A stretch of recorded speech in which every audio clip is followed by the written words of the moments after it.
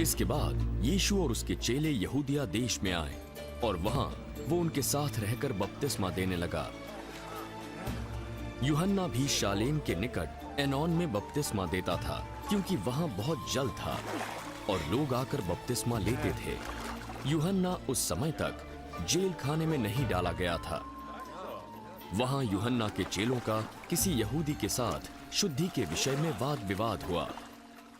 हे रब्बी, तुझे याद है वो व्यक्ति जो यर्दन के पार तेरे साथ था, जिसकी गवाही तूने दी?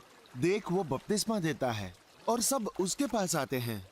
मनुष्य को स्वर्ग से न दिया जाए तब तक वो कुछ नहीं पा सकता। तुम मेरे गवाह हो जो मैंने कहा, मैं मसीह नहीं परंतु उसके आगे भेजा गया हूं। जिसकी दुल्हन है वही दूल्हा है, परंतु दूल्हे का मित्र जो खड़ा हुआ है उसकी सुनता है और दूल्हे की आवाज से खुश हो जाता है।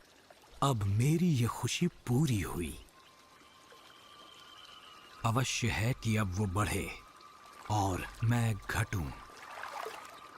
जो ऊपर से आता है वो सर्वोत्तम है, जो पृथ्वी से आता है वो पृथ्वी का है और पृथ्वी की ही बातें सुनता है और पृथ्वी की ही बातें करता है। जो स्वर्ग से आता है वो सबसे ऊपर है। जो उसने देखा और सुना वही बताता है, पर कोई उसकी नहीं सुनता। पर जो उसकी बात सुनता है छाप लगाता है कि परमेश्वर सच्चा है।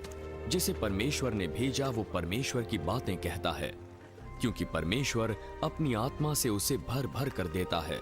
पिता पुत्र से प्रेम रखता है और हर चीज उसके अधिकार में दे दी है। जो पुत्र पर विश्वास रखता है अनंत जीवन उसका है, परंतु जो पुत्र की नहीं मानता वो जीवन नहीं पाएगा, परंतु परमेश्वर का क्रोध उस पर रहता है।